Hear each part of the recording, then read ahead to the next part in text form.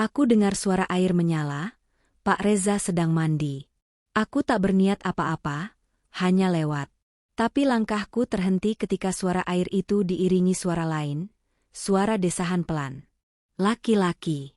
Aku berdiri diam, tubuhku menegang. Suara itu jelas berasal dari dalam. Samar-samar, dari celah pintu kamar mandi yang tidak tertutup rapat, aku bisa melihat bayangannya. Tubuhnya berdiri di bawah pancuran, dan tangan kanannya, mengocok sabun, menggerak dengan ritme yang tak bisa kusebut biasa. Dan tak lama kemudian ia mengerang seperti melepaskan beban yang terpendam.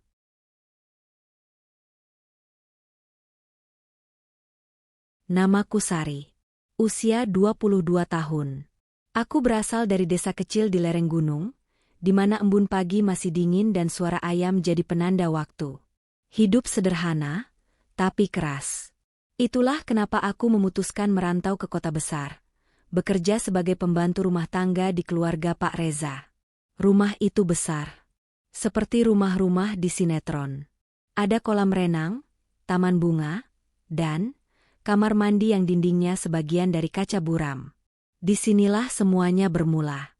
Awalnya aku hanya bekerja seperti biasa, menyapu, mengepel, mencuci baju. Tapi sejak pertama kali aku bertemu Pak Reza, entah kenapa jantungku selalu berdetak tak beraturan. Dia tampan, tinggi, dan tatapannya tajam tapi lembut, seperti menyimpan rahasia yang ingin ku tahu. Istrinya, Budita, wanita karir. Sibuk.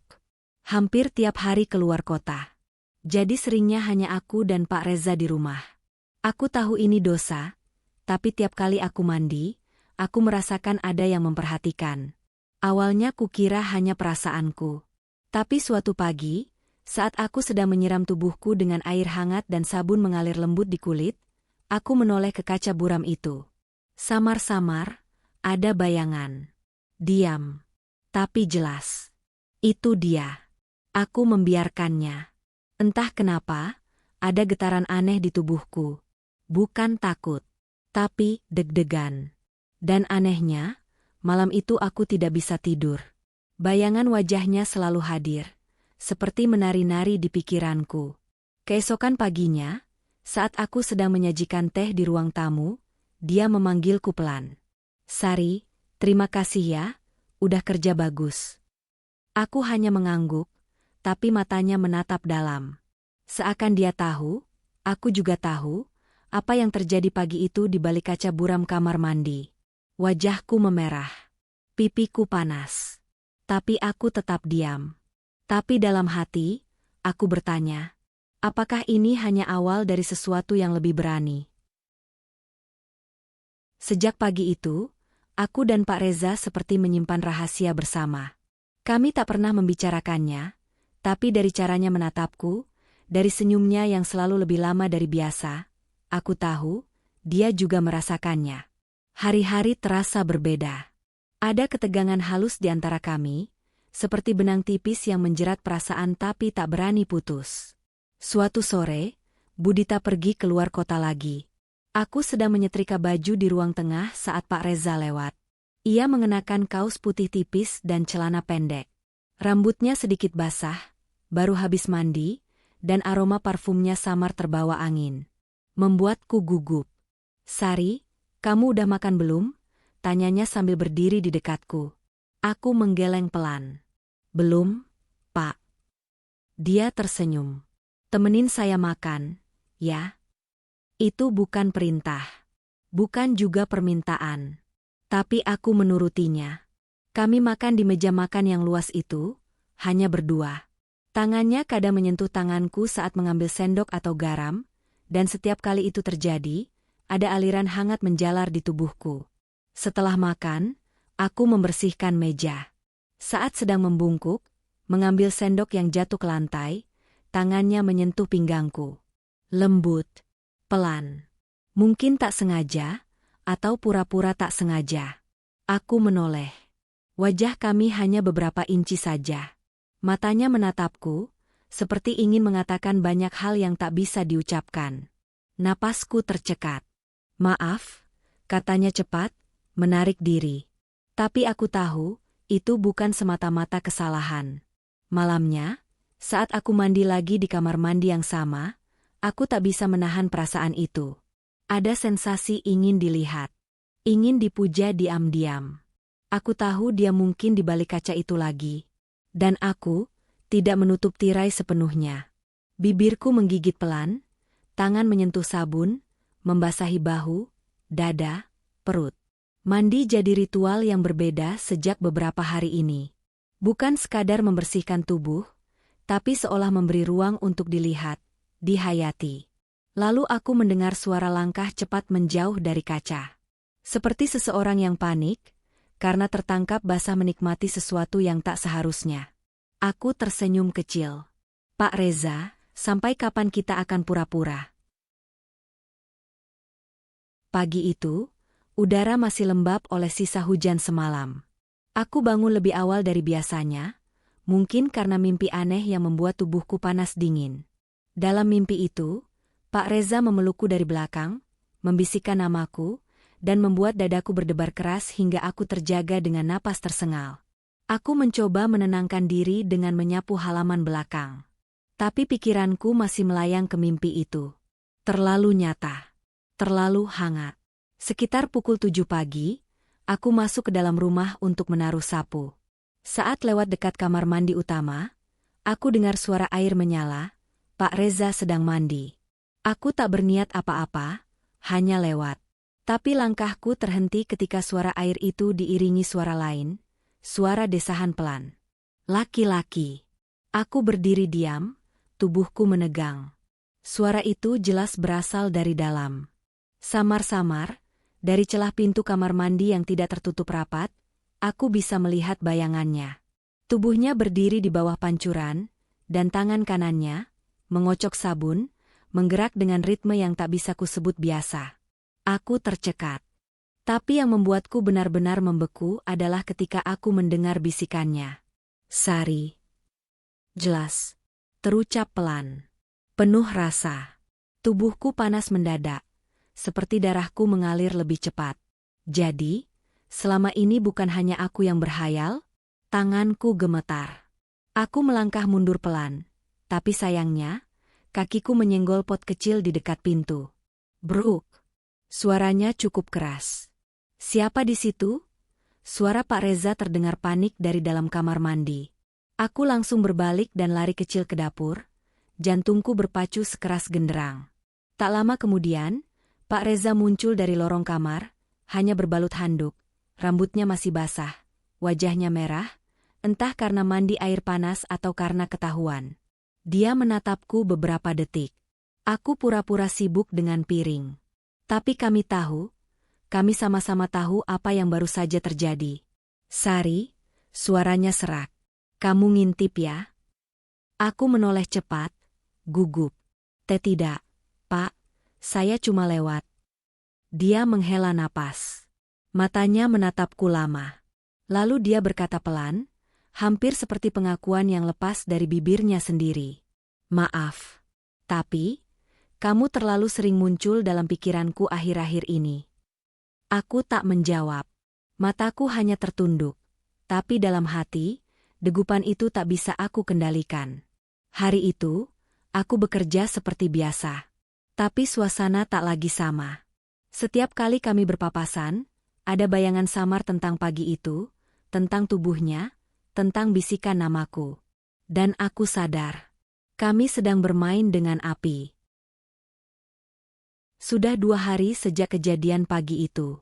Sejak aku mendengar namaku dibisikkan lirih oleh Pak Reza, di balik suara air mandi dan desah yang membuat pipiku panas setiap mengingatnya. Rumah ini seperti bermain bisu. Kami saling tahu, tapi tak bicara. Hanya saling curi pandang, saling uji batas. Dan aku, makin sulit membedakan mana yang salah, mana yang ingin. Hari itu, Budita pergi lagi keluar kota. Ada rapat mendadak katanya. Sejak pagi, Pak Reza terlihat lebih diam. Tapi senyumnya lebih tajam. Seperti menyimpan rencana. Siang menjelang, aku membersihkan ruang kerja Pak Reza. Ia duduk di kursinya, di depan laptop, tapi sesekali melirikku. Aku merapikan rak buku sambil berdiri di depannya, membelakangi. Lalu tiba-tiba aku merasa ada yang mendekat dari belakang. Sari, raknya di atas. Ya? Biar saya bantu pegangin bangkunya. Aku menoleh pelan. Iya, Pak. Terima kasih. Aku naik ke bangku kecil, menjangkau buku yang tinggi. Tapi kemudian, tangannya menyentuh betisku. Lembut. Menggeser sedikit kain rok rumahku ke atas. Nafasku tertahan. Maaf, katanya cepat. Tapi tangannya tak segera pergi. Aku turun perlahan. Wajah kami kembali dekat. Dan kali ini, dia tak lagi menahan diri. Tangannya menyentuh pinggangku. Menarikku pelan ke arah tubuhnya. Kami berdiri begitu dekat, jantungku berdebar keras. Napasnya terasa di leherku. Tangannya yang satu lagi menyentuh rambutku, menyelipkan helaian yang jatuh ke pipi. Sari, kamu manis sekali, bisiknya. Aku ingin marah. Atau berpaling. Tapi tubuhku diam. Aku tak bisa bohong, bagian dari diriku justru merindukan saat seperti ini. Sentuhan yang dilarang tapi begitu menggoda. Dia memelukku pelan dari belakang. Dagu Pak Reza menyentuh pundakku. Tangannya berani, tapi tetap halus. Jemarinya mengusap punggung tanganku, lalu turun perlahan menyentuh perut, hingga membuat tubuhku gemetar. Kalau kamu gak nyaman, bilang ya, katanya lirih. Aku hanya memejamkan mata. Menikmati debar yang tak bisa aku kendalikan. Tapi sebelum semuanya melangkah lebih jauh, suara pintu depan terdengar terbuka. Reza, aku pulang. Bu Dita. Suara itu membuat Pak Reza langsung melepasku, mundur panik. Aku melangkah cepat ke dapur, berusaha menyembunyikan wajah yang masih merah dan napas yang belum teratur. Hari itu, aku belajar sesuatu. Kenakalan seorang majikan bisa selembut belayan, tapi setajam jerat. Sudah hampir seminggu sejak malam itu, sejak pelukan pertama Pak Reza yang membuat tubuhku masih kadang bergetar jika mengingatnya. Sejak hari itu pula, ada sesuatu yang berubah di antara kami, lebih dari sekadar majikan dan pembantu. Kami mulai bermain dengan diam. Isyarat-isyarat kecil yang hanya kami pahami berdua. Tatapan mata di antara aktivitas biasa. Senyum yang menggoda saat aku menuangkan teh. Atau sentuhan halus di pinggang saat aku sedang membungkuk di dapur. Bu Dita belum curiga. Dia sibuk dengan pekerjaannya, sering pulang larut malam atau bahkan menginap di hotel dekat kantornya. Rumah ini, dalam banyak waktu, hanya milikku dan Pak Reza. Malam itu, aku sudah berbaring di kamarku. Lampu kupadamkan, hanya sisa cahaya bulan dari jendela. Pintu kamarku tidak terkunci. Entah lupa, atau sengaja. Aku pun tak yakin. Lalu, pintu itu perlahan terbuka. Aku tahu langkahnya. Pelan. Hati-hati. Degup jantungku langsung memburu. Pak Reza masuk, mengenakan kaos dan celana panjang tipis. Dia tak bicara, hanya berdiri di samping ranjangku. Aku duduk perlahan. Pak, kalau Bu Dita tahu. Dia mendekat. Duduk di tepi ranjang. Tangannya menyentuh jemariku, menggenggam erat. Aku cuma ingin lihat kamu malam ini. Gak akan ngapa-ngapain, asal kamu izinkan. Aku tak menjawab. Tapi aku tak melepas tangannya. Dia lalu merebahkan tubuhnya di sampingku, tanpa menyentuh, hanya cukup dekat untuk kurasakan hangat tubuhnya. Sunyi menyelimuti kamar kami. Tapi keheningan itu bukan hampa, melainkan penuh gejolak perasaan yang tak terucap. Beberapa menit berlalu. Lalu jemarinya bergerak perlahan, menyentuh lenganku. Naik pelan, menyusuri bahu, hingga ke sisi leherku. Nafasku tertahan. Aku tetap diam. Tapi tubuhku bicara sendiri, aku tak menolak. Ia membalik tubuhku, hingga kami saling berhadapan. Wajahnya dekat. Sangat dekat. Kamu tahu, Sari, bisiknya pelan. Aku gak pernah ngerasain hangat seperti ini sebelumnya. Dan untuk pertama kalinya malam itu, bibirnya menyentuh bibirku. Lembut. Tak terburu-buru. Seperti mencicip rasa yang sudah lama ditahan. Aku pun membalas. Entah karena rindu, atau karena memang aku juga sudah terlalu dalam. Kami tak melewati batas malam itu. Tapi pelukan dan ciumannya cukup membuatku tahu, aku sedang jatuh. Dalam. Diam-diam. Dan yang lebih berbahaya dari cinta terlarang adalah cinta yang tak ingin dihentikan. Sudah entah berapa malam sejak Pak Reza datang diam-diam ke kamarku. Sejak bibirnya menyentuh milikku, lembut, penuh rasa yang seperti sudah lama dipendam. Dan sejak malam itu, tak ada lagi jarak yang benar-benar menjaga kami. Tapi juga tak ada kepastian kemana semua ini akan berakhir. Aku masih bangun pagi seperti biasa. Memasak, membersihkan, menyiram bunga. Tapi sekarang setiap langkahku terasa berbeda. Kadang, saat aku sedang mencuci piring, tiba-tiba ada tangan menyentuh pinggangku dari belakang. Dan aku tahu itu dia. Kadang aku mendengar namaku dibisikkan dari ruang kerja, hanya agar aku datang dan ia bisa menatapku sebentar saja. Lama, dalam, seperti tak ingin aku pergi. Hari itu, Budita sedang berada di luar kota. Lagi. Rumah jadi sunyi. Hanya ada suara detik jam dinding dan langkah pelan dari Pak Reza yang menuruni tangga, menghampiriku di dapur. Sari. Suaranya dalam, tapi lembut. Sini, duduk sebentar. Aku mematikan kompor dan duduk di kursi makan. Ia duduk di seberang, lalu menggeser tangannya, menyentuh jemariku yang dingin karena air. Aku gak pernah ngerasa sedekat ini sama siapapun sebelumnya. Aku menunduk. Tapi saya cuma pembantu, Pak. Kamu bukan, cuma, apa-apa, Sari. Kamu perempuan. Kamu hangat. Kamu nyata. Kalimat itu seperti membakar pelan dada ini. Aku tahu, ini salah. Tapi hatiku, sudah bukan milikku. Dia berdiri, lalu perlahan berjalan mendekat, berlutut di sampingku. Tangannya menyentuh lututku, pelan naik ke pahaku. Napasku bergetar. Aku gak akan maksa kamu, Sari. Tapi izinkan aku merasakan sedikit hangatmu, kalau kamu juga ingin. Aku menutup mata. Aku tak bisa berkata apa-apa. Tapi tanganku tak menolak saat dia menggenggam. Tak menjauh saat bibirnya menyentuh tengkuku dari samping. Pelan, hangat, sabar. Nafasku memburu. Tubuhku lemas. Tapi ada rasa nyaman yang anehnya, indah. Sore itu, tak ada kata cinta. Tak ada janji. Tapi pelukan itu, dalam, sunyi, dan nyaris membuatku ingin menangis. Karena aku tahu, hubungan ini hanya indah selama belum ada yang tahu. Dan senja pun datang. Membawa bayangan panjang di ruang makan.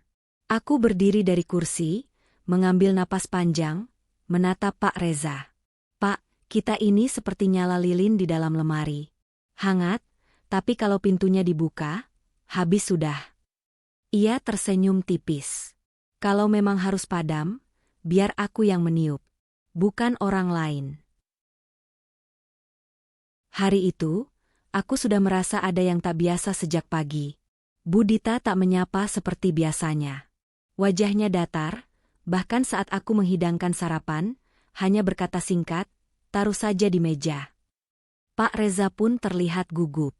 Tatapannya padaku seperti orang yang kehilangan kata. Aku pura-pura sibuk mencuci di belakang. Tapi jantungku berdebar seperti akan keluar dari dada. Dan lalu, siang itu, semuanya pecah. Aku dipanggil ke ruang tamu. Di sana, Budita duduk dengan ponsel di tangan, dan wajahnya tidak lagi bisa disembunyikan amarahnya. Kamu tahu apa ini, Sari? Dia menyodorkan ponsel. Di sana, rekaman CCTV rumah terlihat. Malam itu, saat Pak Reza masuk ke kamarku, tak ada suara, tapi gambar sudah cukup untuk bicara. Tubuhku seketika lemas. Tak ada alasan. Tak ada pembelaan. Pak Reza berdiri, mencoba menjelaskan. Tapi Budita tak memberi ruang. Selama ini aku sibuk cari uang, kerja keras, buat rumah ini tetap berdiri. Dan ternyata, pengkhianatan itu datang dari dua orang yang paling sering aku percaya. Aku menunduk. Air mata mengalir tanpa suara. Sari, aku gak mau ribut. Aku cuma minta satu hal, keluar dari rumah ini. Hari ini juga. Pak Reza mencoba menahan. Tapi aku tahu, waktuku sudah habis. Malam itu, aku berkemas. Setiap pakaian yang kulipat, terasa seperti menutup satu halaman dari hidupku. Halaman yang penuh rasa, tapi juga penuh dosa. Aku ingin menyesal, tapi aku juga pernah merasa dicintai di sana. Dan itu yang paling membuatku hancur. Sebelum pergi, Pak Reza menyusulku ke depan pagar. Sari, aku. Aku menatapnya, mata kami sama-sama sembab. Tapi tak ada kata yang bisa menyelamatkan semuanya sekarang. Saya bukan perempuan yang pantas dimiliki diam-diam, Pak. Mungkin memang seharusnya saya pergi, agar Bapak juga sadar, siapa yang paling layak diperjuangkan. Dia diam. Dan aku melangkah pergi. Meninggalkan rumah yang pernah memberi tempat, dan juga luka. Sudah berbulan-bulan sejak malam itu. Aku kini bekerja di rumah lain, jauh dari kota. Tidak lagi menjadi rahasia siapapun. Tapi kadang, saat malam sunyi, aku teringat senyumnya. Pelukannya. Dan namaku, yang dulu pernah dibisikkan di antara gemericik air dan hasrat yang nyaris tak tertahan. Kini aku tahu, ada cinta yang tak harus dimiliki. Cukup dikenang, dan dimaafkan.